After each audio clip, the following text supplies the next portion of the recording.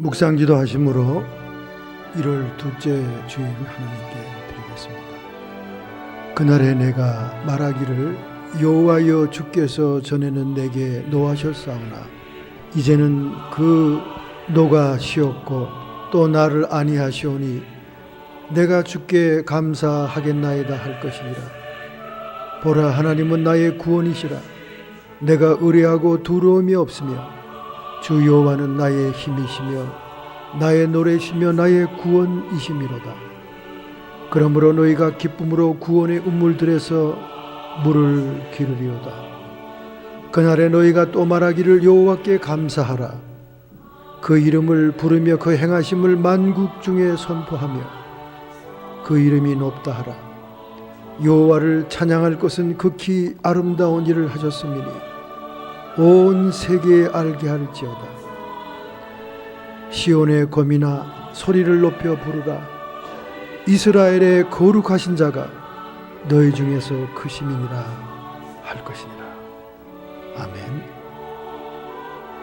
하나님 아버지, 저희들은 신년 새해를 맞이하여 이 새해를 온전히 하나님께 드리고자 원합니다.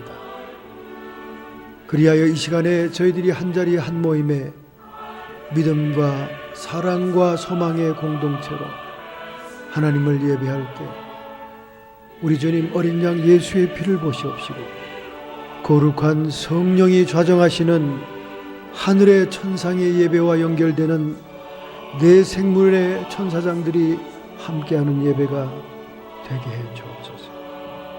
이 시간 우리의 예배를 받으시는 주님을 찬양합니다. 우리의 감사와 믿음을 주님께 드립니다.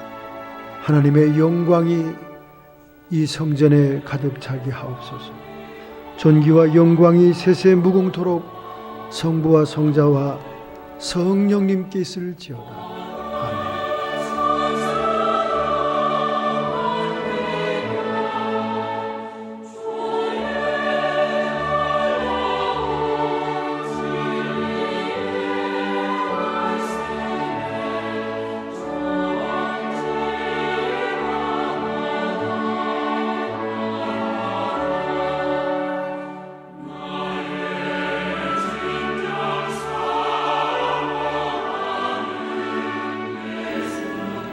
하나님이 택하신 사람 요한, 어머니의 태에서부터 주님을 만나 기뻐 뛰었던 그 사가랴와 엘리사벳의 엄한 교훈을 따라 경건하게 자랐다. 유대 광야 빈들 30세가 되기까지 아마도 쿰난 공동체의 에스네파 틈에서 비세의 자녀들처럼 계명에 순종하며 약대 털옷 입고 메뚜기와 석청을 먹으며 다가을 종말을 바라보며 세상의 권력 앞에 굴하지 않았다. 디베료 가이사 황제 본디오 빌라도, 헤롯 안티파스, 그 동생 빌립, 그 누구에게도 어두움의 아들들에게는 마음을 주지 않았다. 여호와의 말씀이 그에게 임하던 날 그 입술이 사자처럼 불꽃처럼 빛나고 이사야 선지자 예언대로 광야에서 외치는 소리가 되었다. 회개하라, 천국이 가까웠느니라. 오실 메시아의 길을 예비하는 주 앞에 겸손한 선지자, 아무도 말 못하는 불의를 질책하다가 31의 젊은 나이로 바람처럼 사라졌다. 이 땅에 태어나고 자라고 세례를 주고 또 죽어간 그 성스러운 발자취를 밟는다. 그의 의로운 숨결이 우리의 가슴에 띄고 있다. 주님, 나도 금년도에 의롭게 살게 하옵소서. 하나님 아버지, 저희의 부족함, 저희의 허물과 있는 모습 그대로 널리 용서하시고 우리를 받아주시는 주님, 우리는 부족한 모습대로 주님 앞에 나왔습니다. 우리가 주님의 뜻을 구하며 하나님의 나라와 의를 먼저 구하려고 하지만은 마음은 원이로되 육신이 약하여 넘어지오니 이 시간 저희들을 불쌍히 여겨 주옵시고 어린 양 예수의 피가 우리를 정결하게 씻어 하나님 나라에 들어가는 저희들 되게 하여 주옵소서. 예수님의 피곤세를 의지하여 참회의 기도를 주님 앞에 드렸사옵나이다. 아멘.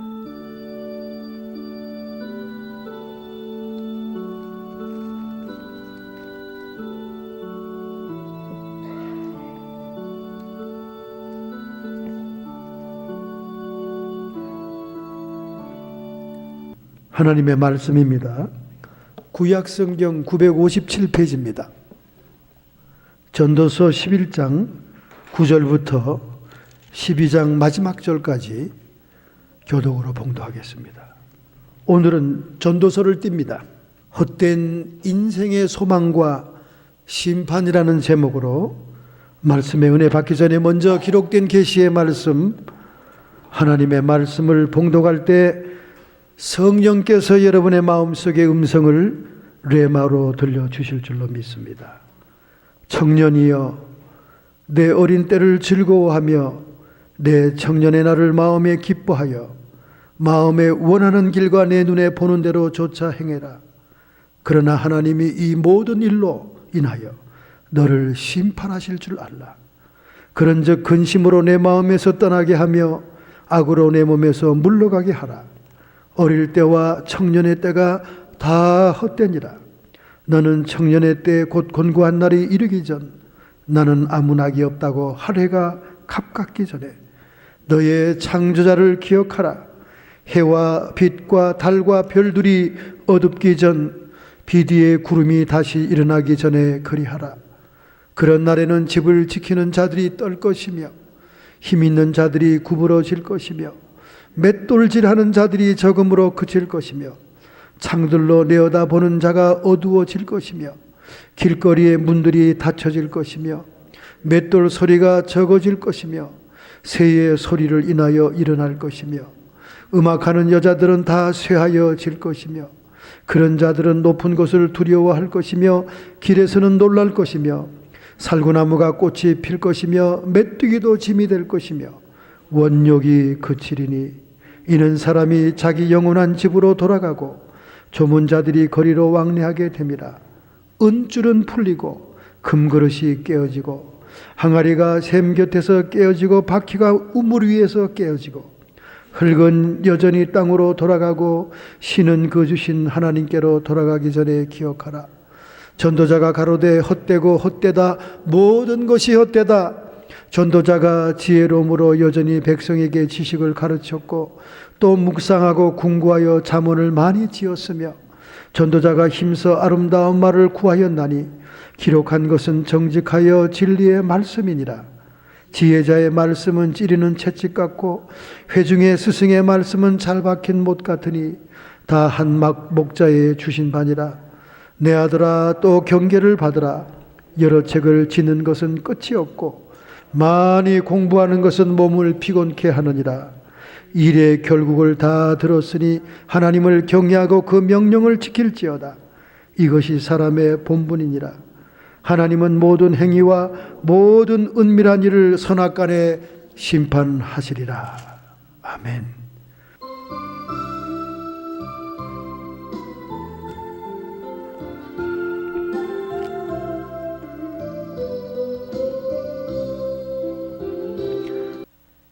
하나님의 말씀은 헛된 인생의 소망과 심판이라는 제목의 말씀입니다. 가난하지만 부지런하고 착한 인디안 어부인 키노가 있었습니다. 그의 아내의 이름은 주안나. 아들과 함께 단란하게 가난하지만 행복하게 살고 있었습니다. 그러던 어느 날 그만 그의 아들이 전갈에 물리게 되었습니다. 전갈의 독은 엄청나죠. 그 아이를 안고 도시의 의사를 찾아갔습니다. 그러나 비정한 의사들은 가난한 인디안의 아이의 치료를 거부했습니다. 사경을 헤매는 아이를 안고 돌아온 그들의 부부는 세상을 원망하고 의사들에게 분노하고 자신들을 탄식했습니다.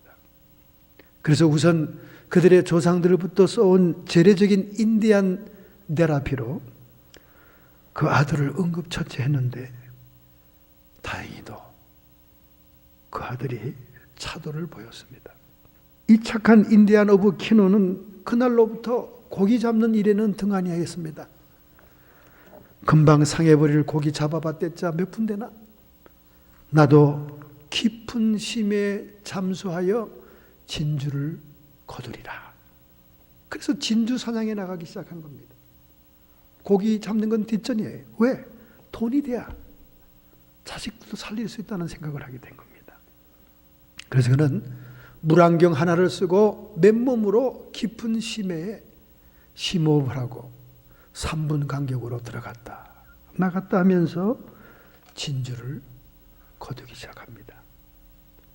그런데 놀라운 것은 정말 이 지구상에서 두 번 다시 볼 수 없는 거대한 조개를 만납니다. 진주조개였어요. 여러분, 이 대양은 말이죠, 엄청나게 크기 때문에 우리 인간의 상상을 뛰어넘는 물체들이 있어요. 거대한 물체들이 있습니다. 조개도 수백 수천 년을 살았기 때문에 어마어마한 조개였습니다. 그 조개를 그물망으로 건져 올려서 해변가로 나왔습니다. 그리고 망치와 끌로 그 조개의 입을 여느라고 반나절을 소비합니다. 드디어 조개의 입을 열었더니 야구공만한 진주가 나온 거예요. 이 소문이 온 동네에 그것을 지켜보던 사람들로 통해서 퍼져나간 거예요. 치료를 거부하던 의사도 소문을 들었습니다. 키노의 아이는 내 환자라고 뒤늦게 연락이 오기 시작합니다. 거짓대들은 이제 한 번은 최소한 음식을 맛있게 먹을 수 있겠다고 때를 지어 낄낄거리면서 그 동네로 몰려오기 시작했습니다. 이런 도시의 진풍경과는 달리 그들의 부부는 마냥 즐겁기만 했습니다. 그러나 그날 밤부터 교회안들의 괴롭힘을 받기 시작하는 거예요. 마치 현대 복권을 당첨되면 온갖 자선단체에서 전화하고 전화를 끊어버리면 문간에 기다리고 있는 것처럼 교회안이 습격을 하는 거예요. 이렇게 사람들로부터 괴로움을 당한 모습을 본 주한나는 그 진주를 몰래 바다에 던져버리려고 가지고 나가다가 남편 키노에게 들키고 맙니다. 그래서 남편이 아내를 설득하는 거예요. 여보, 그걸 내가 어떻게 심해서 호흡을 멈춰가면서 잡은 건데 그걸 그렇게 허무하게 바다에 다시 던지려고 그러시오. 아니요, 이것 때문에 사람들의 시선이 우리에게 모이고 교환들이 습격하지 않습니까? 돌아오는 길에 교환의 습격을 받습니다. 그 진주를 빼앗기지 않으려고 키노는 있는 힘을 다 격투해서 교환을 때려눕혀 죽게 만들었어요. 그들은 그 마을을 떠나기로 결심합니다. 그리고 타고 갈 큰 배에는 벌써 구멍을 뚫어놓고 집은 불태워버렸습니다. 그리고 그들은 사람들이 모르는 산으로 피하기 위해서 가는데 3명의 악당들이 그들을 쫓아옵니다. 또 격투가 벌어집니다. 키노는 그들에게 부상을 입히고 한 사람을 또 죽입니다. 그러나 격투 중에 그만 총을 오발하여서 자신의 아들을 죽이고 맙니다. 아들은 그토록 그를 사랑하는 아버지의 오발탄에 맞아서 비명해 죽었습니다. 정신이 나가고 넋이 나간 부부는 다시 잿더미가 되어 있는 오막살이 터전에 돌아와서 그들이 감춰놓던 진주를 내려다보면서 진주의 황홀한 빛깔이 자신들을 저주하는 빛처럼 생각이 되었습니다. 마침내 키노는 비장한 결심을 했어요. 그 진주를 가지고 배를 타고 나가면서 바다에다가 던져버렸습니다. 영롱한 빛을 토하며 찬란했던 진주는 영원히 검고 푸른 바닷물 속으로 소리 없이 잠겨버렸습니다. 여러분, 이 이야기가 너무 극단적으로 보입니까? 이 이야기는 미국이 가장 자랑스럽게 여기는 노벨 수상 문학가 존 스타인백의 진주라는 단편 소설입니다.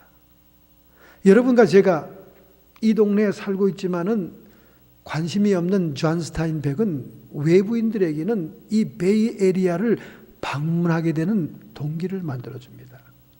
우리가 살고 있는 이 지역에 영예롭게도 존 스타인백의 기념관이 있잖아요. 이 살리나스에 가면 그의 옛날 집이 있고요. 지금은 관광센터, 방문센터를 만들어서 너무 잘 만들어 놨습니다. 꼭 어린아이들과 함께 여러분 방문해 볼 필요가 있어요. 존 스타인이 에덴의 동쪽을 쓴 그 모든 무대와 배경이 몬트레이잖아요. 몬트레이.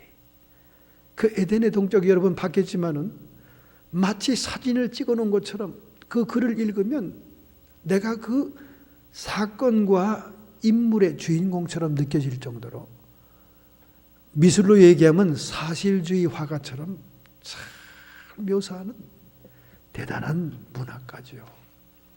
미국이 자랑하는 존 스타인백의 단편입니다.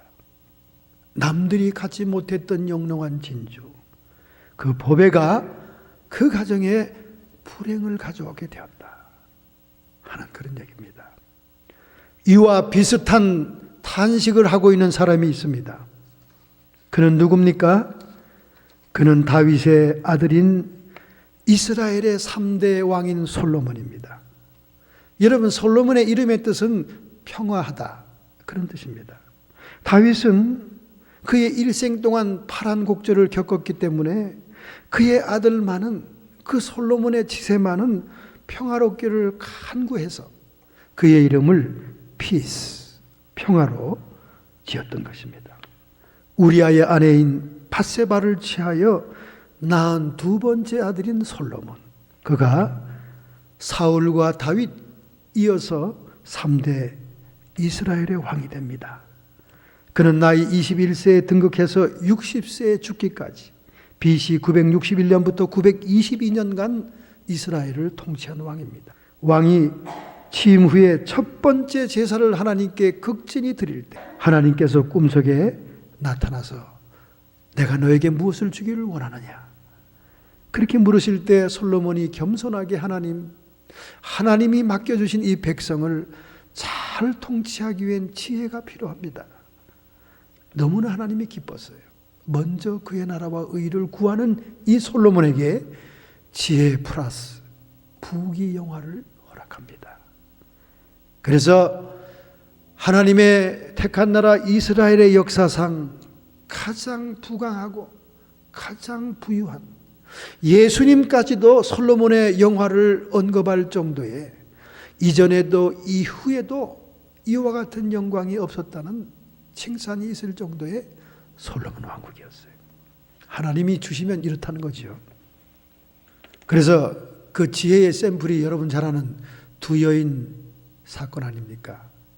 창녀 두 여자가 한 여인이 아기를 낳았었는데 그 아기 낳은 게 너무나 부러워서 그만 그 아기를 훔쳐가잖아요. 동료가 훔쳐갑니다. 그 서로 자기 아기라고 우기니까 이거 뭐 어떻게 그들을 같이 생활도 안 했는데 어떻게 알겠어요? 근데 솔로몬이 하나님의 지혜로 해결하지 않습니까?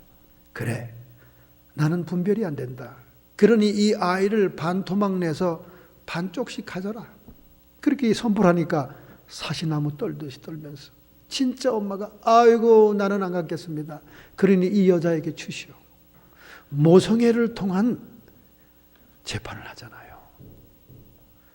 아기를 반쪽으로 하나 죽이려고 하니까 진짜 어머니는 양보하겠다는 거 아닙니까? 아이를 살리려고. 결국은 양보한 여인에게 그 아이의 어미임이 확인되어서 돌아가게 되지 않습니까?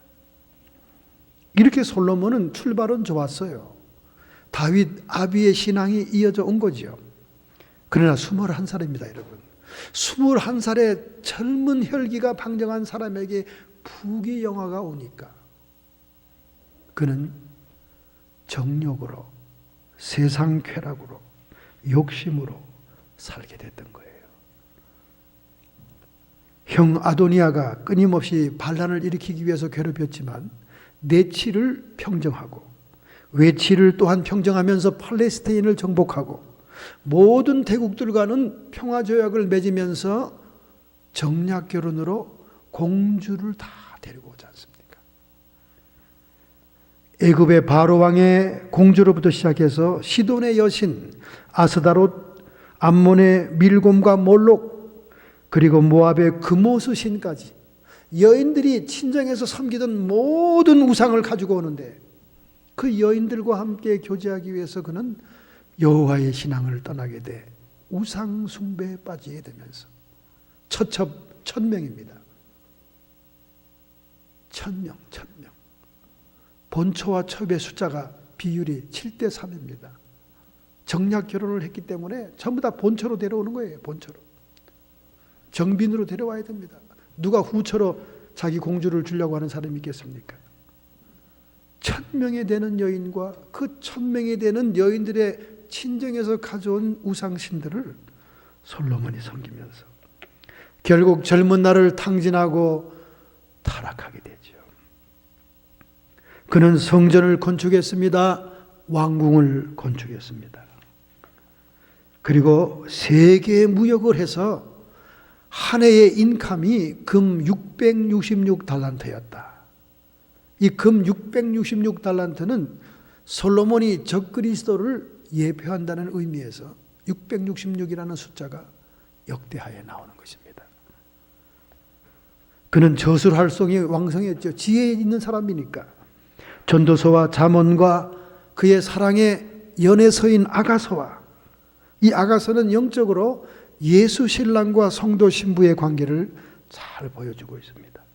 시편의 일부를 그가 저술을 합니다.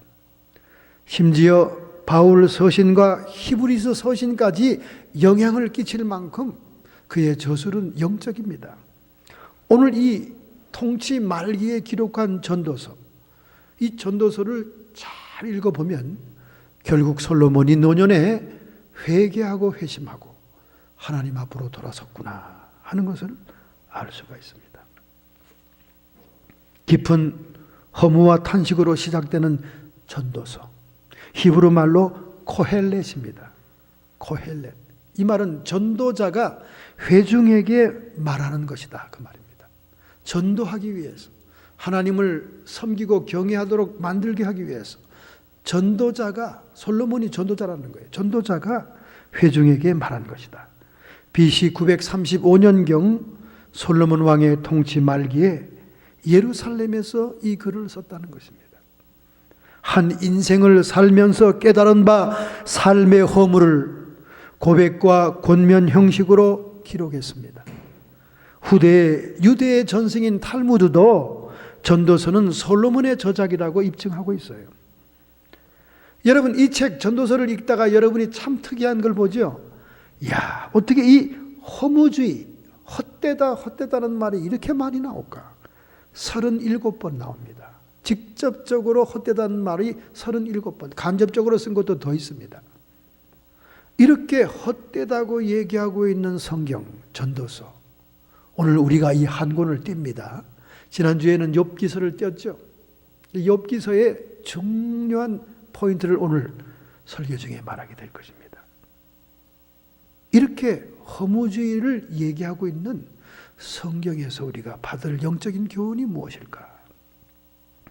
11장 9절을 한번 읽겠습니다. 우리 다 같이 11장 9절 첫 번째입니다. 청년이여 내 어린 때를 즐거워하며 내 청년의 날을 마음에 기뻐하여 마음에 원하는 길과 내 눈이 보는 대로 쫓아 행하라. 그러나 하나님이 이 모든 일로 인하여 너를 심판할 줄 알아라. 청년의 때, 자기의 경험을 얘기하는 거예요. 21세의 왕에 등극해서 하나님의 무제한적인 축복을 받은 솔로몬, 그는 있는 부로 교만하고 있는 부로 타락하고 말았습니다. 하나님 앞에 신실하고 열심히 있어서 지혜와 부귀의 축복을 받았지만은 혈기왕성했던 청년기로부터 세상의 쾌락과 탐욕의 삶으로 그는 인생의 말기에 자신의 실패한 인생, 그리고 허무한 인생을 깨닫게 됩니다. 그리고는 회중에게 말하기를 하나님을 경외하는 삶이 인생 최고의 삶이다. 그렇게 역설합니다. 그의 이 전도서의 모든 내용을 요약한다면 하나님을 떠난 인생은 허무하다. 그리고 심판이 있다. 청년들아, 원기 왕성하고 혈기 있고 못할 것도 없는 시기지. 그러나 내 마음에 원하는 대로 행해라. 육체의 정욕으로 행하라. 그리고 내 눈에 보는 대로 행하라. 안목의 정욕대로 살아라. 하고 싶은 대로 다 해봐라. 그러나 하나님이 이 일로 인하여 너를 심판할 줄 알아라. 하나님을 떠난 인생은 허무합니다. 그리고 그의 세상 쾌락과 타락의 분명한 심판이 있다는 것입니다. 히브리서 9장 27절, 성령께서 오늘 여러분들에게 말씀합니다. 한 번 죽는 것은 사람에게 정하신 것이요 그 후에는 심판이 있으리라. 여러분이 멋대로 사는 것, 여러분의 의지대로 사는 것 일일이 간섭하지 않아요.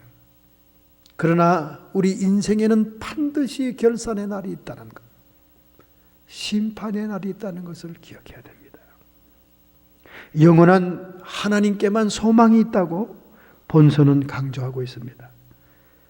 그리고 하나님의 주권에 순종해야 된다. 하나님의 주권, 하나님의 주권을 순종하기 위해서는 하나님의 뜻을 알아야 됩니다. 그 주권에 순종해야 된다. 그래야 참 행복을 느끼고 참 기쁨을 누릴 수 있다. 그러니 청년이여, 하루라도 빨리 하나님 안에서 인생의 참된 가치를 깨닫고 하나님을 경외하는 삶을 살아라. 이렇게 사는 자만이 정말 복받은 자다. 할렐루야. 이렇게 솔로몬이라고 하는 전도자가 애절하게 간절하게 외치고 있습니다. 여러분, 전도자라고 하니까 솔로몬처럼 부귀영화를 누리고 솔로몬처럼 높은 데 있었던 사람만이 전도자가 되는 게 아닙니다. 여러분, 최근에 방송에 많이 나오는 전도자를 본 일이 있죠. 펭귄처럼 달걀처럼 오뚝 서 있는 전도자가 있습니다. 팔다리 없는 전도자 닉 부이치치. 이 닉 부이치치가 얼굴하고 상체만 있고 팔다리가 없어요. 펭귄처럼 단에 딱 앉습니다. 요 발끝에 조그만 손같이 생긴 다리가 이렇게 살에 붙어 있죠. 보기도 흉측해. 처음 볼 때는 너무나 징그럽더라고요. 그런데 이 불구자의 전도자가 4억의 영혼에 터치를 했다는 거예요. 4억. 팔다리가 없고 몸통만 있는 호주의 전도자 닉 부이치치가 4억 명의 영혼에 타칭했다는 거예요. 지난 10월에 에콰도르 키토를 방문했을 때 5천 명의 경찰관과 경찰 대학생에게 그리스도의 능력을 증거하고 하나님 나라를 선포했습니다. 사지 없는 생명, 그는 24개국을 방문했어요. 그리고는 예수 안에만 희망이 있다, 하나님에게만 소망이 있다는 메시지를 증거합니다. 날 때부터 희귀 증상인 테트라멜리아 증후군으로 사지가 없이 태어났습니다. 10살 때 그는 자신을 자각하고 삶을 포기하기 위해서 투신 자살을 여러 번 시도합니다. 얼마나 그때마다 부모들이 안타까운지 몰랐어요. 부모도 어찌할 수 없는 거 아닙니까? 태어나면서 그러니.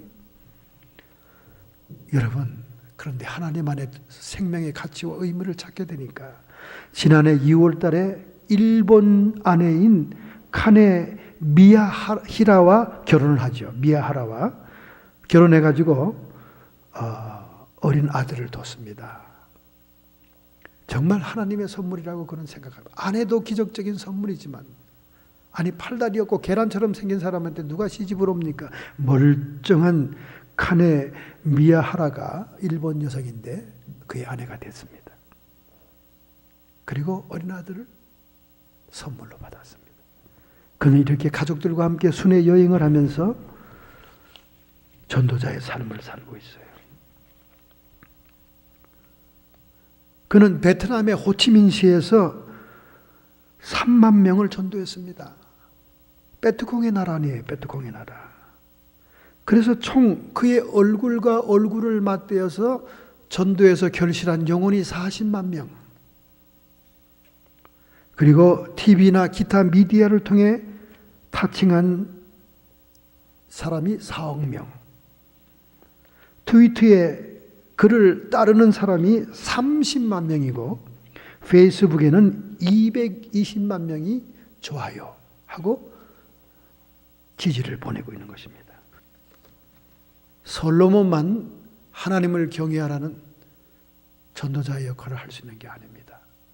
여러분과 제가 사지가 멀쩡하고 오장육부가 튼튼한데 어찌 전도를 멈출 수 있겠습니까?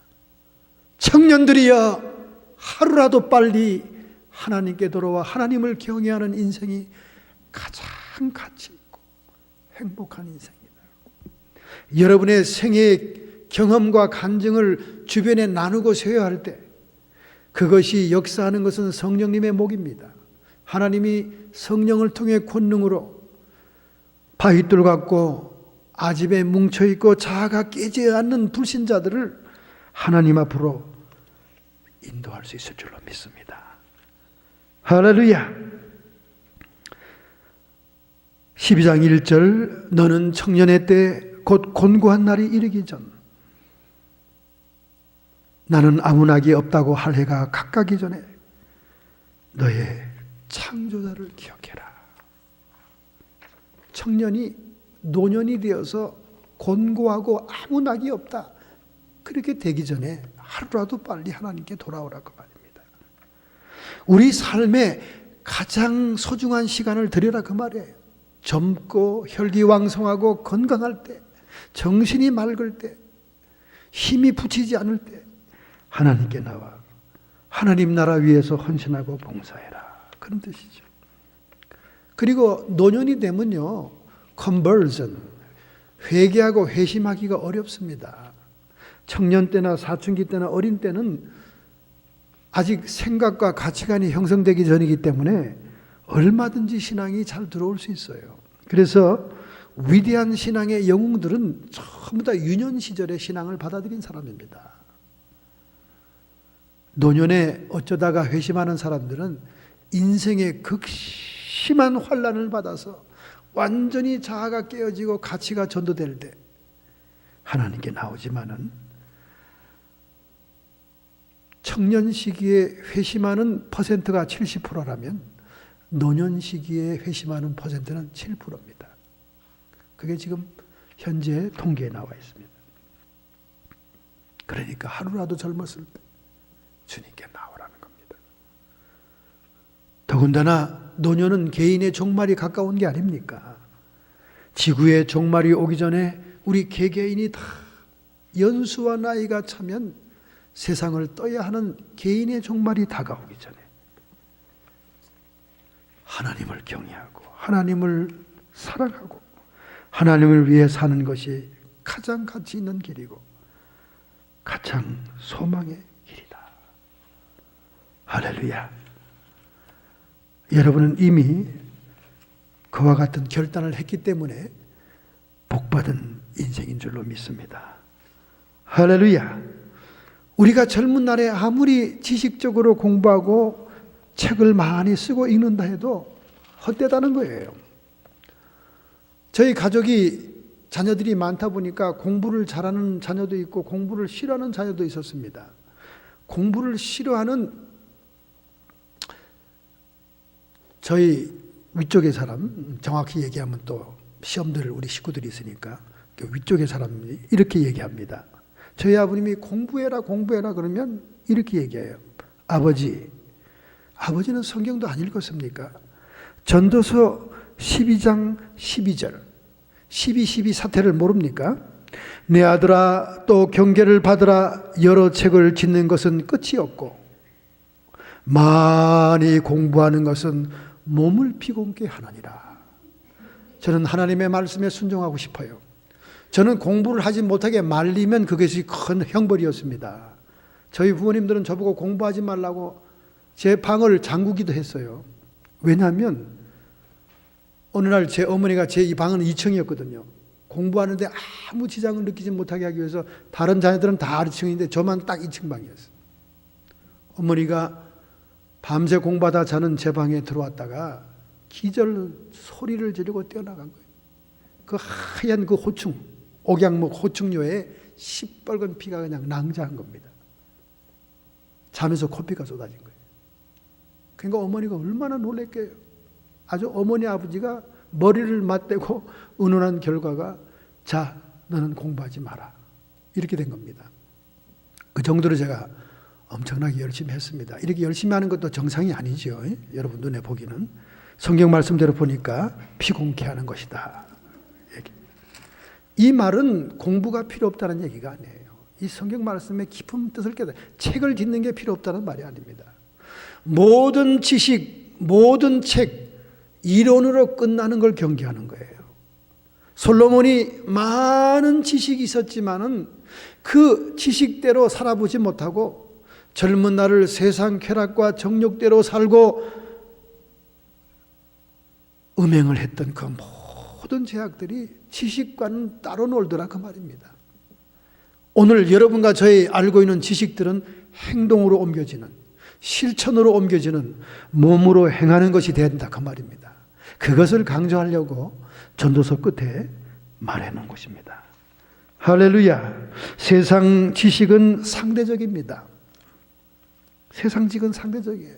세상의 현상, 변하는 모든 세계의 현상들을 공부하고 연구한 것입니다. 서양의 실증주의 철학자 꽁트는 말하기를 아는 것이 힘이다. 그렇게 얘기했습니다. 그 아는 것으로 끝나면 힘이 안 되지요. 히브리 말처럼 안다는 말은 야다, 경험한다는 뜻으로 체험하고 행동에 옮겨야죠. 제3의 물결을 쓴 전 세계적으로 유명한 엘빈 토플러는 말하기를 미래의 권력 이동은 정보 많이 가진 사람에게 옮겨지게 된다. 그렇게 얘기했습니다. 이것도 지식을 얘기하는 거죠. 그러나 그 지식이 우리 삶 속에, 생활 속에 효율적으로 역사하는 양식이 되지 않는다면 아무 소용이 없는 겁니다. 지식은 상대적인 것이죠. 그리고 불가지의 세계에 대해서는 모릅니다. invisible world, 보이지 않는 세계에 대해서는 이 세상 지식은 몰라요. 여러분, 욥기서 41장에 지난주에 메인 포인트 하나를 제가 미싱했습니다.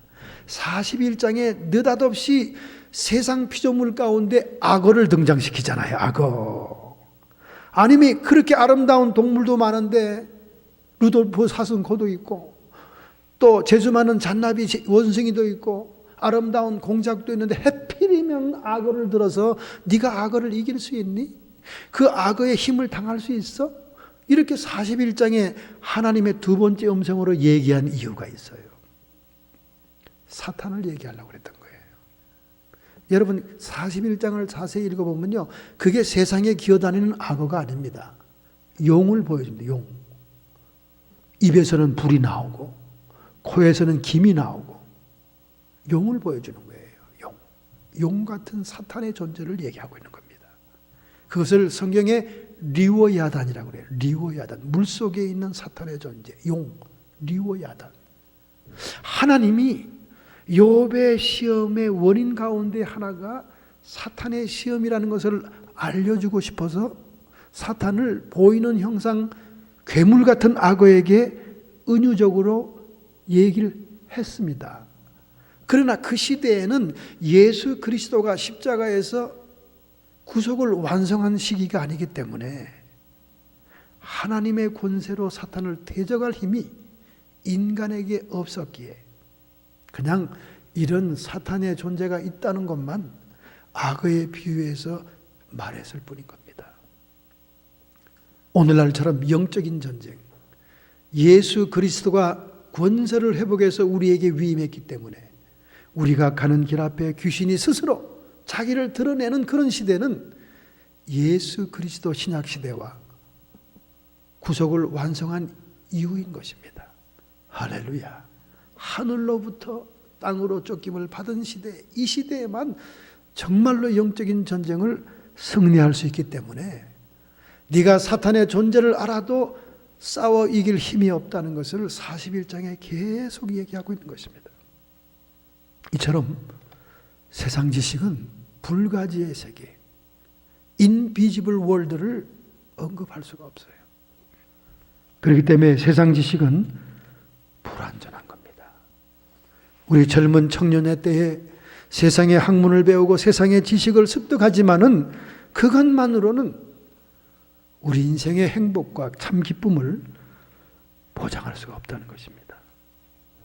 그래서 여러분 주변의 청년들에게 하루라도 빨리 우리 하나님을 경외하는 인생, 하나님의 주권에 복종하고 순종하는 인생을 살도록 격려하고 독려해야 됩니다, 여러분.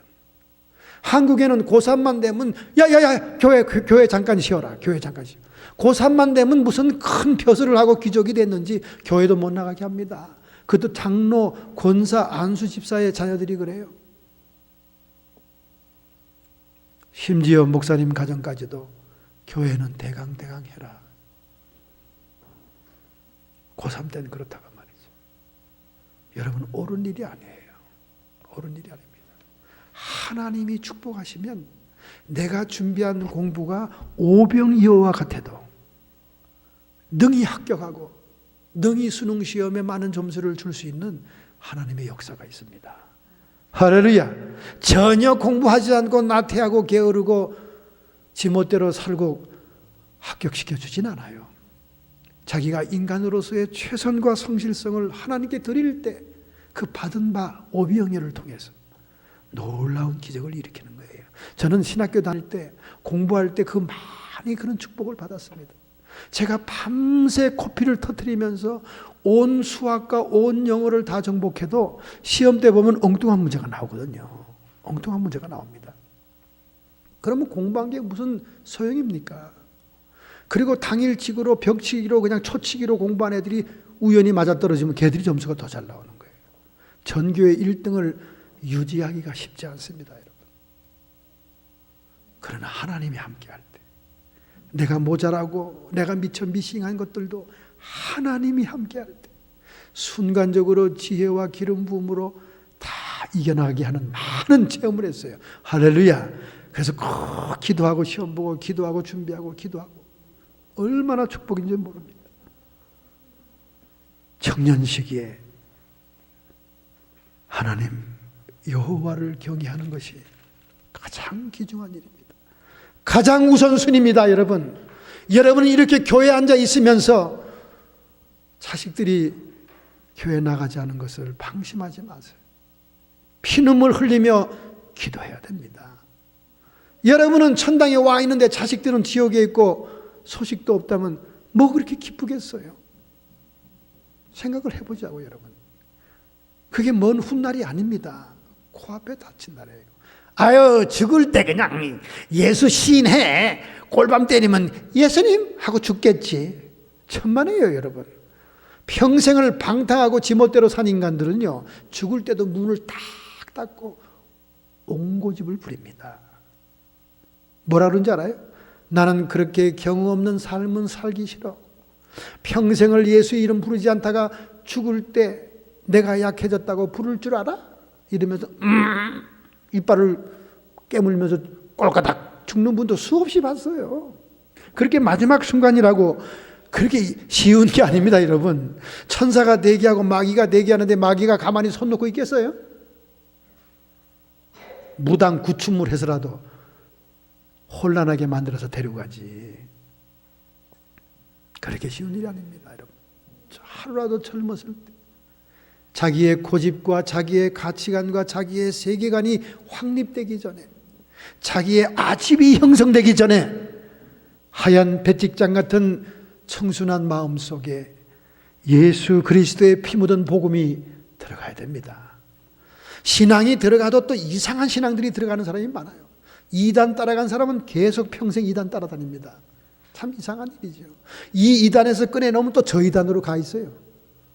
이 이단도 기도해서 실컷 기도해가지고 막 그래서 또 끌어놓으면 또 엉뚱한데 또 엘리야 선지자가 뭐 한국에서 왔다나? LA에. 아니 그 당장 들으면 몰라. 당장 들으면 엘리야와 같은 선지자는 이해할 수 있어요. 엘리야와 같은 비슷한 사명. 자식의 마음을 아비에게 돌리고 아비의 마음을 자식에게 돌리는 마지막 때 두 증인 같은 엘리야 같은 선지자는 맞는 말이에요. 엘리야 선지자가 왔다. 윤회설이야. 환생했어. 딱 들어보면 이단인지 몰라. 그런데 또 거기 가요. 또 거기 가가지고는 목사님 이단인지 아닌지 좀 가르쳐 주세요 하고 또 테이프 보내고 CD를 보냅니다. 뭐 들어보나 제목만 들어보니까 이단이네.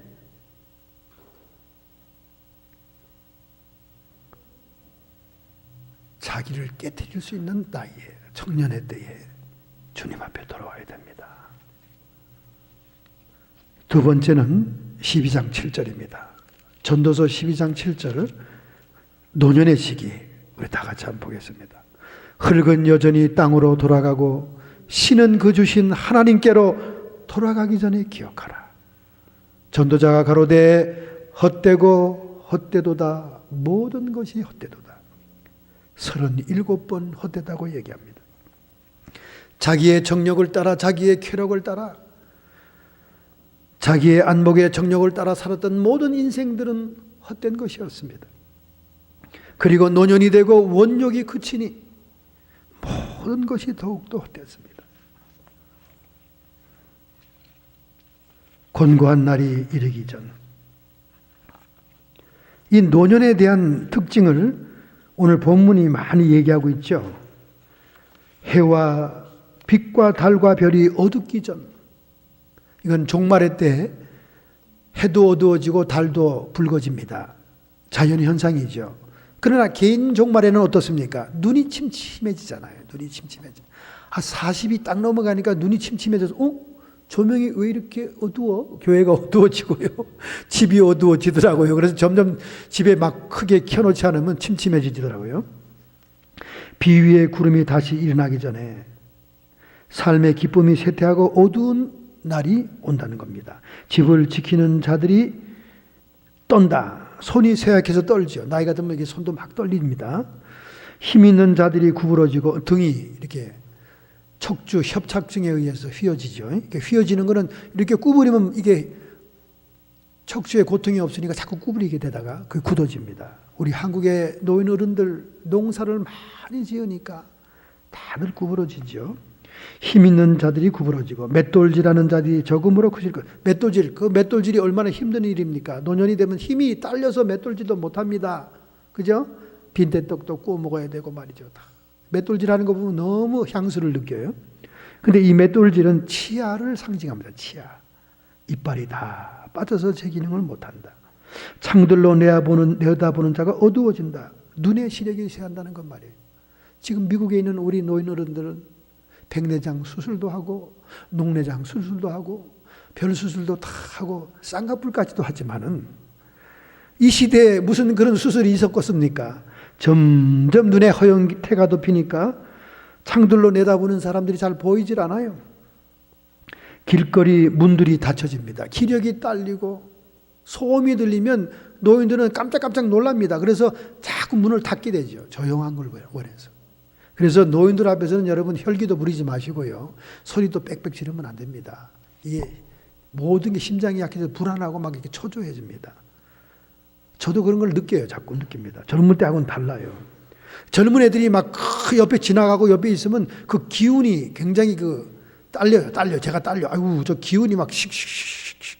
고등학교 옆에 있는 맥도날드 집에 갔는데 점심시간에 고등학생들이 꽉 찼습니다. 책상에 위에 서 있는 놈, 앉은 놈, 걸터 앉은 놈, 뭐 별애들이, 여자아이 껴안고 있는 놈, 별아이들이 다 있는데 제가 구퉁이 앉아서 커피를 먹는데요. 그 젊은이의 힘이 막 저를 막 밀치더라고요. 얼마나 또 미국 애들이 덩치도 크고 힘도 좋습니까? 노인들 앞에서는 여러분 소리도 지르면 안 돼요. 조용조용 해요. 길거리 문을 닫습니다. 맷돌 소리가 적어진다. 힘이 드니까 맷돌을 더 이상 안 하죠. 이거 어떻게 돌립니까? 그리고 또 치아도 약해져서 입술을 오물거리가며 틀니로 음식을 먹어야 되니까 모든 것이 약해지죠. 새소리를 인하여 일어난다. 새가 울어도 그 소리에 잠이 깹니다. 잠이 없어가지고 신경쇠약으로 깊은 잠을 이루지 못하죠. 음악하는 여자들이 다 새하여질 것이. 목소리가 마지막까지 늙지 않다가 어느 날 목소리가 갈라지기 시작합니다. 목구멍이 좁아지기 시작하죠.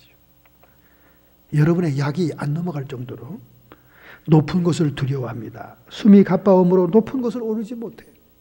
젊은 아이들은 노인들이 떨면서 높은 곳을 막 손잡이 가지고 더듬거리면 그 흉내내고 약을 올리잖아요. 그런 애들이 있습니다. 늙어봐야 합니다. 늙어봐야 알아요. 그 다음에 길에서 놀라죠. 길에서 막 길 가다가 누가 막 뛰어가고 막 넘어지면 깜짝깜짝 놀랐잖아요. 그 다음에 살구나무가 꽃이 핀다. 살구나무 여러분 꽃 핀 거 봤습니까? 살구나무, 지금 이 성경에서 말하는 살구나무는요, 알몬드 나무를 얘기하는 거예요. 우리 한국 사람이 얘기하는 살구나무는 핑크색 꽃입니다. 많이가. 물론 흰 꽃도 있어요. 그런데 알몬드는 거의 다 흰 꽃입니다. 이 흰 꽃이 가장 먼저 피는 꽃이에요. 사케드, 교회를 상징하지요. 이 살구나무가 꽃피고 하얗게 된다가 머리가 한꺼번에 하얗게 됐다가 알몬드 꽃은 또 한꺼번에 떨어져 버려요. 그래서 우리 이 동네에 막 알몬드 밭을 지나가면 한겨울에 한방눈이 내리는 것처럼 꽃이 떨어지잖아요. 우리 노년이 그렇다는 거예요. 그 다음에 조문자들이 오락가락하게 된다. 결국 장례를 치르고 초상을 치른다고 말이죠. 여기 은줄이 풀린다. 이 실버 라인. 저는 은줄에 대해서 영적인 경험을 했습니다. 어떤 죽어가는 사람, 이런 사람들을 위해서 중보기도 하는데 하나님이 그 은줄을 보여줬어요. 은줄은 영과 육이 이어진 것을 얘기하고 하나님과 이어진 것을 얘기합니다. 마치 우리 육신의 어머니 태에서 나올 때 탯줄이 있는 것처럼 말이죠. 이 은줄은 영과 육이 이어지는 실버 라인이 있더라고요. 저도 그거 체험하고 놀랐습니다. 죽어가려고 하는 사람에게, 응급실에 들어가 있는 사람에게 하나님이 응답하기를 내가 아직 은줄을 끊지 않았다 그러더라고요. 은줄, 전도서에 나오는데요, 주님. 그렇다. 그 은줄이 끊어지면 그냥 가는 거예요. 생명이 끊어지는 겁니다. 실브라인, 아주 중요한 의미가 있어요. 그 다음에 여기 황금 그릇은 자랑스럽던 보무당당하던 우리의 육체를 얘기합니다. 강건하고 건강하던 우리의 육체, 뽀대나고 빛나던 우리의 육체, 돈 들여서 성형했던 우리의 육체, 돈 들여서 훅하지 올렸던 우리의 육체, 이 금그릇이다 그 말이죠. 번쩍 빛나게 하지 않습니까? 정말 옷 잘 입고 분장 잘하면 빛납니다, 여러분. 남자나 여자나 다 그래요. 그런데 그 금그릇이 깨지잖아요. 금그릇이, 그죠? 금그릇이 깨집니다. 그러니까 우리 아무리 자랑하던 육체도 깨진다 그래요. 그냥 건강을 자랑하는 사람들은 갑자기 심장마비로 죽습니다. 전 미국에서 많이 그런 걸 봤어요. 그런데 만성질환이 있어서 골골거리는 사람들은 90수 100수 하더라고요. 왜 그런지 아세요? 건강을 자랑하는 사람들은 병원을 안 갑니다. 아, 내가 건강한데. 황 목사, 나는 자랑할 거 이 건강밖에 없어. 이렇게 자랑하던 우리 선배 목사님, 설교하다가 그냥 입에서 거품이 씩 나오고 뇌졸중이 온 거예요. 그래서 에머전시로 설교하다가 예배도 안 끝나고 들어간 겁니다. 그러면서 그 누워서 뭐라고 그랬냐면 옆에 있는 부인한테 황 목사한테는 알리지 마 그러더래요. 왜냐하면 만날 때마다 자랑했거든 나한테. 이빨도 김이 한 새. 이렇게 자랑했거든요. 자랑하지 마세요, 여러분. 자랑하지 마세요. 하나님 앞에 자랑하지 마세요. 그런 사람들은 갑자기 갑니다. 심장이 멈추면 가는 거예요. 운전대 붙들고 그냥 쓰러지는 거예요. 그런데 만성질환으로 골골한 의사를 맨날 보는 사람들은 영원토록 사는 것처럼 수명이 길더라고. 왜냐하면 맨날 피 뽑아보니까 뭐가 들어오는지 맨날 알잖아요. 피 뽑아보니까. 그러니까 골골하는 사람들 여러분 무시하지 말고 건강을 자랑하지 마세요. 항아리가 샘 곁에서 깨어지고 바퀴가 우물 위에서 깨어진다. 여러분, 살아있는 생존의 모습이 뭡니까? 우물곁에 물 길러 오는 항아리 아닙니까? 그리고 그 물을 길리기 위해서 도르래를 이렇게 해서 그 밑에 드레박을 내리잖아요. 그 도르래도 깨진다는 거예요. 하도 세월이 많이 지나갔다는 뜻을 의미하는 겁니다. 그런데 항아리, 금그릇, 도르래 이 모든 것은 인생의 오장육부를 상징하는 관용어구예요. 히브리 본문에서 말하는 이것은 인생의 오장육부, 심장과 호흡기관과 박동이 멈춰 죽게 된다 그 말입니다. 흙은 땅으로 돌아간다. 인간의 육체는 티끌에서 왔으니 티끌로 갑니다. 신은 하나님께로 돌아갑니다. 인간은 죽지만 그 영은 하나님께로 돌아간다. The spirit will return to God who gave it. 하나님께로 받았던 루아흐의 생기 그 영은 도로 하나님께로 간다. 영원히 우리는 영으로 존재하게 됩니다. 이렇게 노년에 대한 얘기를 오늘 본문에 자세하게 기록했어요. 이 노년이 사실은 곤고한 날이죠. 육체가 감당이 안 되는 그런 시기니까. 그리고 아무 낙이 없죠. 모든 정욕과 원욕이 사라지지 않습니까? 그러나 마지막은 죽음과 심판이다. 히브리서 9장 27절에 오늘 여러분께 성령께서 말씀합니다. 한번 죽는 것은 사람에게 정하신 것이요 그 후에는 심판이 있으리라. 여러분이 어떠한 모습, 어떠한 인생을 살았든지 간에 여러분의 인생을 결산하는 날이 온다는 거예요. 그렇기 때문에 우리가 창조주요 주권자요 심판자이신 하나님만을 경외하며 그 명령대로 살아감으로 인생의 본분을 지킬 때 우리는 참 행복하고 영원한 영생을 보상받았고 하늘나라에서 면류관 받는 인생이 될 줄로 믿습니다. 그렇기 때문에 이 본서는 인생의 허물을 얘기하는 책이 아니에요. 인생의 허물을 극복해서 하나님 안에 소망이 있다는 것을 강조하는 책인 줄로 믿습니다. 할렐루야! 고린도후서 4장 10절입니다. 우리가 항상 예수의 죽인 것을 몸에 짊어지면 예수의 생명도 우리의 몸에 나타나게 하려 함이니라. 우리가 점점 노쇠하고 기력이 쇠해질수록 예수의 생명을 드러낼 기회가 많다는 거예요. 젊은 시기 청년의 때는 그 정력 때문에 주체할 수 없는 쾌락 때문에 주님의 생명을 드러낼 수가 없습니다. 그러나 우리 이 노년의 시기는 복받은 시기라 그 말이에요. 약해지니까, 내가 약해지니까 생명이 드러날 때 우리 산자가 항상 예수를 위하여 죽음에 넘기움은 예수의 생명이 또한 우리의 죽을 육체에 나타내게 하려 함이니라. 우리가 이제 노쇠해서 죽게 된다는 것은 예수의 생명으로 부활 영광체로 거듭나는 터닝 포인트다 그 말이에요.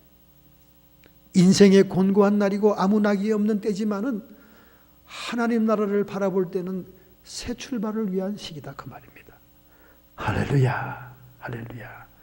우리 산자가 항상 예수를 위하여 죽음에 넘기움은 예수의 생명이 또한 우리의 죽을 육체에 나타나게 하려 함이니라. 이제 노년 시기에 선 여러분들은 주님의 생명을 나타내는 그런 시기인 줄로 믿습니다. 그런즉 사망은 우리 안에서 역사하고 생명은 너희 안에 역사하느니라. 할렐루야. 기록한 바 내가 믿는 고로 말하였다 한 것 같이 우리가 같은 믿음의 마음을 가졌으니 우리도 믿는 거로 또한 말하노라. 주 예수를 다시 살리시니가 예수와 함께 우리도 다시 살리사 너희와 함께 그 앞에 서게 하실 줄 아노니.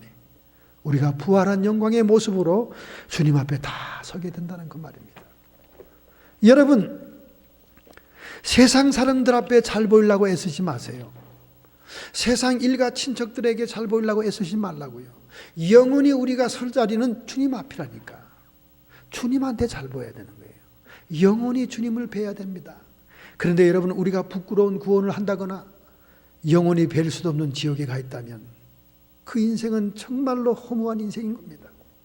모든 것을 너희를 위하여 하는 것은 은혜 많은 사람의 감사할 것으로 말미암아 더하여 넘쳐나니 하나님께 영광을 돌리게 하려 합니다.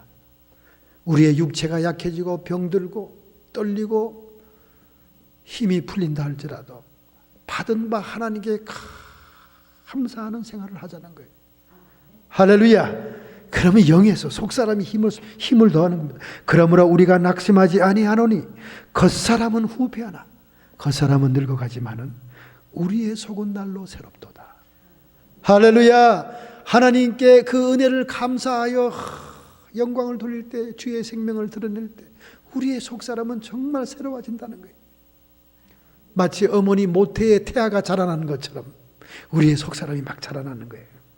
우리 잠시 받은 환난에 경한 것이 지극히 크고 영원한 영광에 중한 것을 우리에게 이루게 함이니, 우리가 이 땅에서 받은 환난은 아무것도 아니라는 거예요. 우리가 받을 영원한 영광에 중한 것, 영광에 중한 것, 카보드, 세키나 카보드. 영광은 구름처럼, 안개처럼, 본래는 가벼운 구름인데 임할 때 무겁게 임한다고 말해요. 카보드, 무겁다.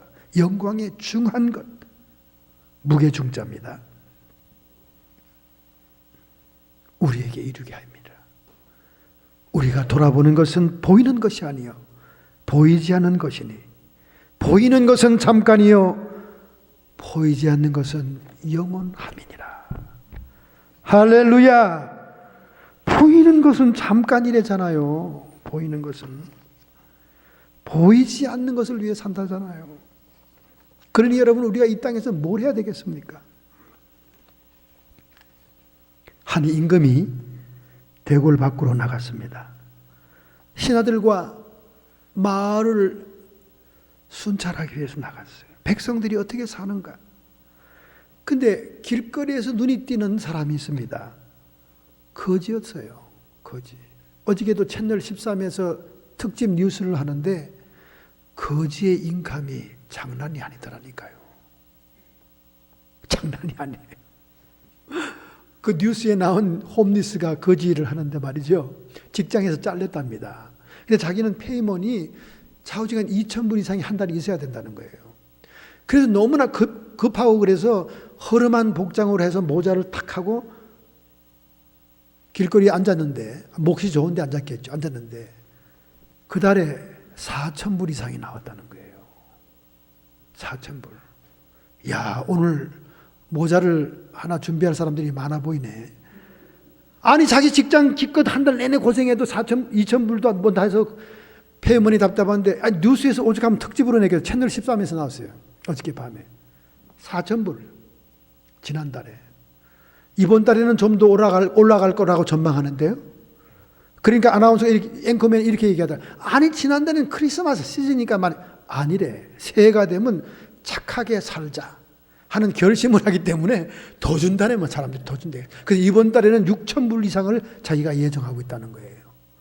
이야, 우리가 짐작으로만 알고 있던 홈리스 거지들의 수입이 뉴스에 특집을 다루더라고요. 그러니 임금이 길거리에서 구걸하는 거지를 유심하게 본 거예요. 아니, 저 거지는 도대체 어디서 온 거지인가? 그랬더니 신하가 하는 말이, 아, 저놈은 평생을 거지 노릇하고 있는 겁니다. 그래. 그래서 임금님이 그 앞에 딱 섰습니다. 그랬더니 아래로 쳐다보니 두 손을 딱 내밀고 한 분 주시오 그러는 거예요. 임금이 웃으면서, 얘야, 먼저 네가 나한테 뭘 주면 나도 네가 준 만큼 내가 주마. 그러니까 거지가 평생 구걸만 했기 때문에, 아니, 이 사람 생긴 건 멀쩡하게 생긴 사람이 헛소리하네. 내가 가진 게 무엇이 있어 줍니까? 그리고 막 따지는 거예요. 얼굴을 붉게 하고. 그때 임금이 툭 웃으면서, 너 지금 옆구리에 차 있는 것이 뭐니? 이더니, 이거 강냉이 구걸한 겁니다. 아니, 이 사람 생긴 거는 멀쩡해서 무슨 뭐 거지 강냉이를 갖다 뺏어 먹으려고 그러나? 그거 좀 줘. 그랬더니 강냉이 한 자루에서 주물럭주물럭 하더니 네 알만 딱 꺼내가지고 손에다 딱 얹어주는 겁니다. 그러니까 임금이 네 알을 먹고, 이거 기별이 가겠나? 하더니, 거지 강냉이 그만큼 받았으면 됐죠. 그러니까, 그래, 신하한테, 이 거지에게 금화 네 입을 주어라. 그래서 그래서 강냉이 숫자대도 금화 4입을 그지가 딸랑 받았습니다. 세상에 보지 못한 금화 아닙니까? 다리가 후들후들 떨리는 거예요. 그리고 임금과 신하 일행은 지나가 버렸습니다. 그지가 그날부터 동냥하고 싶은 마음이 없어진 거예요. 옆구리에 찼던 강냉이 주머니를 꽉 끌어들이니 그냥 길거리에 내팽개치는 거예요. 아유, 이 등신아, 강냉이 통짜로 줬으면 금화가 몇 개야? 아유, 이 등신 이거. 머리를 친 거예요. 여러분, 하나님이 이 허무한 세상에서 우리에게 물질을 맡긴 것은요, 하나님의 사랑을 전달하고 하라고 주신 겁니다. 믿으시면 아멘 합시다. 누가복음 6장 38절에 예수님께서 친히 말씀합니다. 주라, 그리하면 너희에게 줄 것이니 곧 후이되어 누르고 흔들어 넘치도록 하여 너희에게 안겨주리라. 너희의 헤아리는 그 헤아림으로 너희도 헤아림을 도로 받을 것이니라. 이 말을 시저가 했다면, 이 말을 무슨 세네카가 했다면 까진 건 뭐 인생 경험이고 속담이니까 무시할 수 있지만, 천지를 창조하신 하나님의 아들 예수가 친히 말씀한 겁니다. 누가복음 6장 38절, 주라, 그리하면 너희에게 돌려줄 것인데 후이되어 누르고 흔들어서. 쌀가게 인색한 상인들은요, 쌀을 흔들어 절대 주지 않습니다. 더 들어가기 때문에. 그런데 예수님은 흔들어 주겠다는 거예요. 대를 흔들어 더 넣어주려고. 흔들어 넘치도록 너희에게 안겨주리라. 우리는 한 손으로 준 거를 안겨준다 그 말이에요. 수백 배 더 준다 그 말입니다. 너희의 헤아리는 카운트하는 그 헤아림으로 너희도 헤아림을 받으라. 너희들이 인색하게 카운트하면 하나님도 인색하게 카운트해 주겠다는 거예요. 강냉이 4알을 받은 임금처럼 4개만 주겠다는 거예요. 이 말씀을 사도 바울이 인용합니다. 에베소의 장로들을 불렀어요. 그는 에베소 도시에 들어갈 수 없어서 밀레도라고 하는 변두리에서 그들을 만납니다. 여러분, 사람이 유언적으로 마지막으로 얘기하는 것은 그가 강조하는 가장 중요한 말을 얘기하는 거예요. 사도 바울은 이 밀레도의 장로를 더 이상 만나지 못합니다. 그는 로마에서 참수형을 당하잖아요. 그럼 사도 바울이 마지막으로 장로들에게 무슨 말을 했을까요? 사도행전 20장 35절입니다. 또 주 예수님께서 친히 말씀하시기를 주는 것이 받는 것보다 복이 있느니라 하심을 기억해야 될지니라. 할렐루야. 왜 우리가 주는 것이 받는 것보다 복이 있습니까? 왜 우리가 주기 때문에 그렇습니까? 영혼을 사랑하고 영혼을 구원하기 위해서, 하나님의 나라와 의를 이루기 위해 베푸는 사랑이기 때문에 그래요.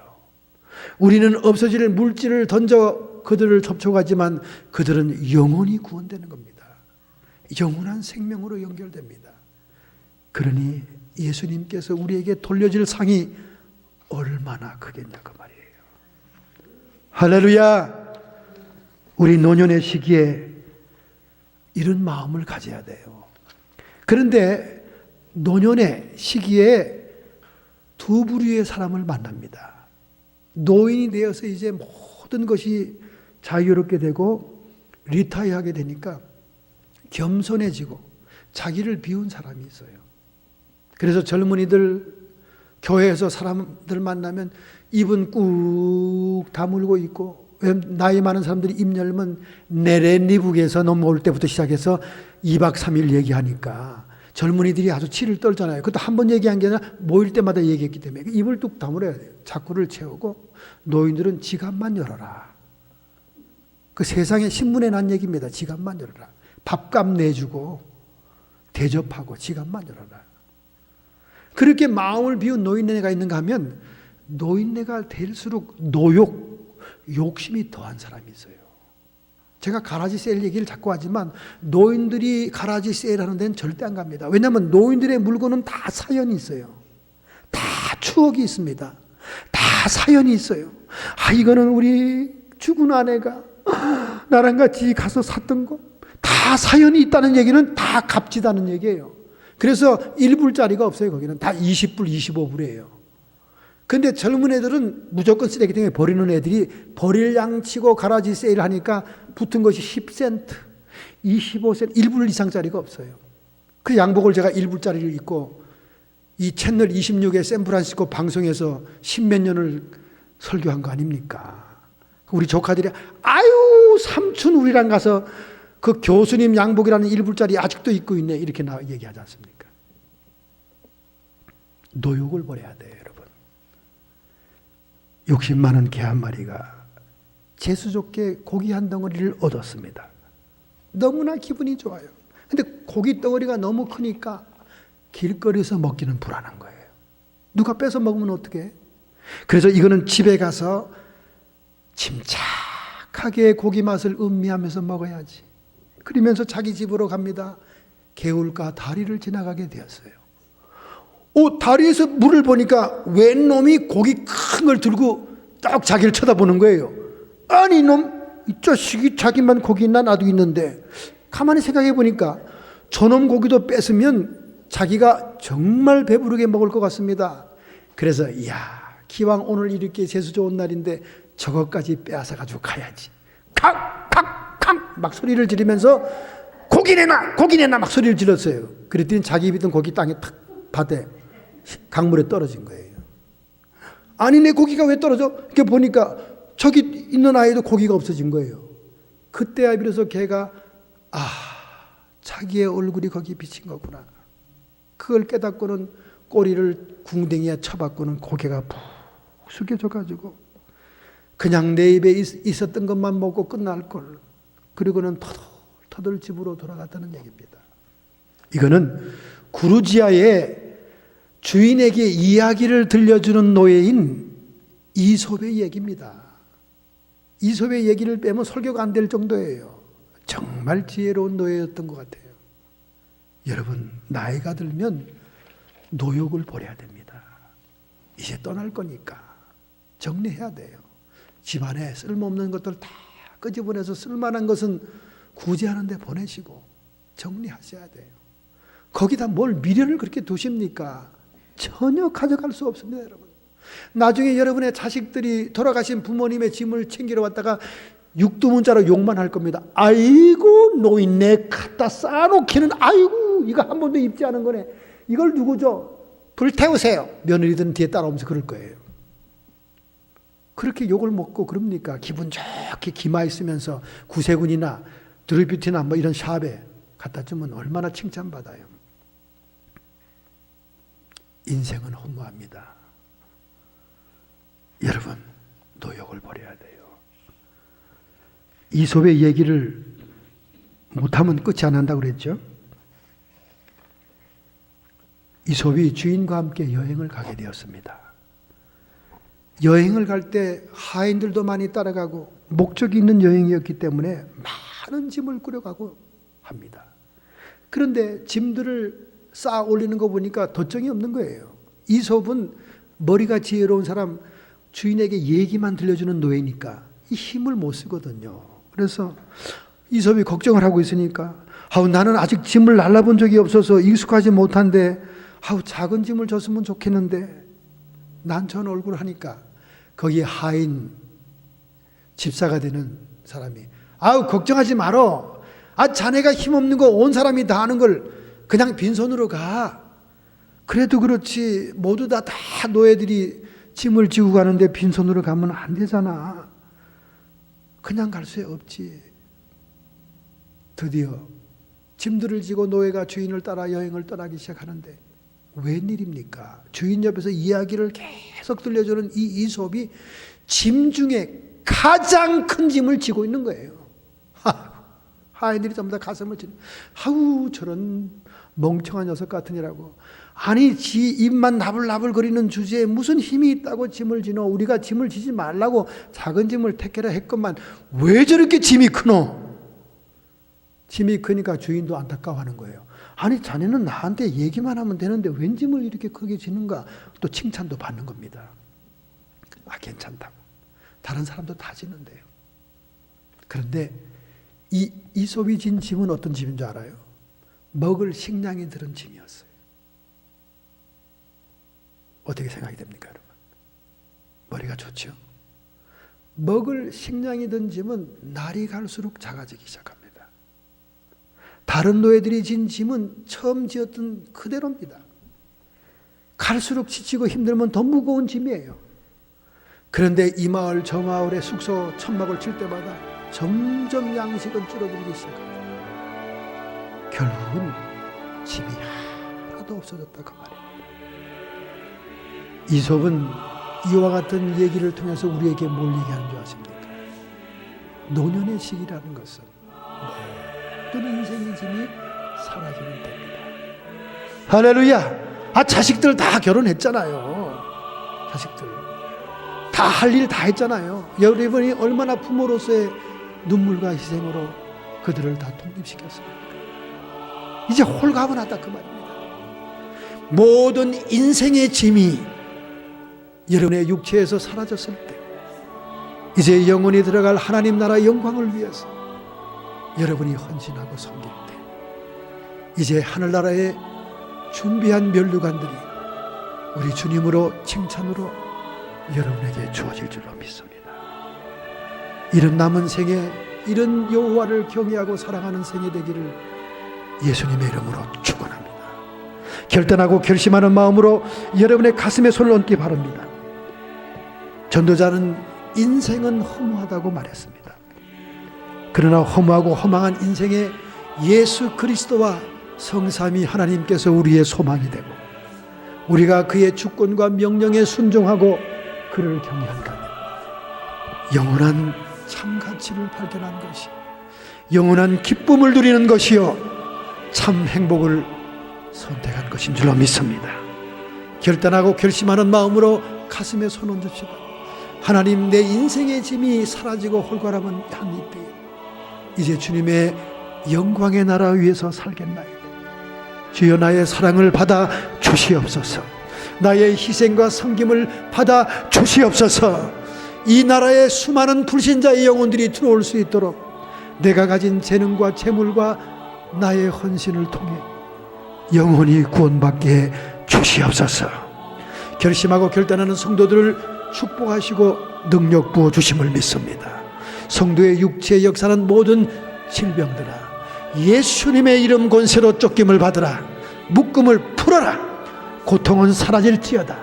우리의 마음의 염려, 초조, 근심, 성령 안에서 평안과 기쁨이 되게 해 주옵시고, 끊임없이 우리의 인생의 곤고와 환난을 가져와 방해하고 시험했던 사탄과 귀신의 세력들은 이 시간 예수님의 이름 권세로 명하노니 우리의 육체와 우리의 가정과 사업장과 우리의 자손 손녀들 모든 주변에서 사라질지어다. 저주의 결박은 끊어질지어다. 흉악의 멍에는 사라질지어다. 성령의 기름 부음, 하나님의 권능이 이 시간 우리에게 임하소서. 예수님의 이름으로 감사하며 축복하며 기도하옵나이다. 아멘.